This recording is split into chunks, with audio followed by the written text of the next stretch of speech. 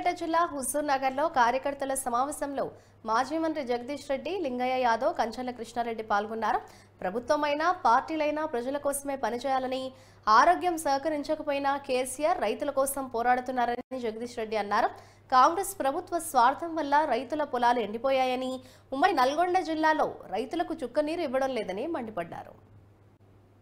గత శాసనసభ ఎన్నికల్లో వచ్చిన కంటే బ్రహ్మాండమైన మెజారిటీని సాధిస్తామని, కాంగ్రెస్ కంటే మెజారిటీ సాధిస్తామని ఉత్తమ్ కుమార్ రెడ్డి గారి చేతగాని తరం మాకు అర్థమైంది. ఇరిగేషన్ శాఖ మంత్రిగా ఉండి కూడా మాకు నీళ్ళు ఇవ్వలేక మా వేలాది ఎకరాల పొలాలను ఎండబెట్టిండు. మా కళ్ళ ముందే కమ్మ వైపు నీళ్లు పోతుంటే మేము కళ్ళలో నీళ్ళు తీసుకొని చూస్తాం తప్ప ఒక రైతును కూడా కాలువ కట్టడానికి ఎక్కనివ్వకుండా చేసిండు. ఇవాళ మంచిని సగం ఇవ్వలేకపోతున్నాడు, కరెంట్ ఇవ్వలేకపోయిండు. గత 10 సంవత్సరాల్లో మాకు వచ్చిన అన్ని అవకాశాలని పోగొట్టినడు. దీనికి ఉత్తమ్ కుమారే బాధ్యత అనే విషయాన్ని మొత్తం నియోజకవర్గంలో రైతాంగం అందరూ, ప్రజలందరూ కూడా చర్చించుకుంటున్నారు. తప్పకుండా కేసీఆర్ వైపే చూస్తున్నారు.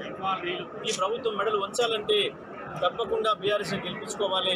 మరి నల్గొండ పార్లమెంట్ అభ్యర్థిగా కూడా కృష్ణారెడ్డి గారిని గెలిపించడం ద్వారా ఈ ప్రభుత్వం చేసిన తప్పుల్ని బయట చెప్పడానికి, వాళ్ళకి ఎత్తి చూపించడానికి మాకు ఇది మంచి అవకాశం అని చెప్పి ప్రజలందరూ కూడా భావిస్తున్నారనే విషయాన్ని మా కార్యకర్త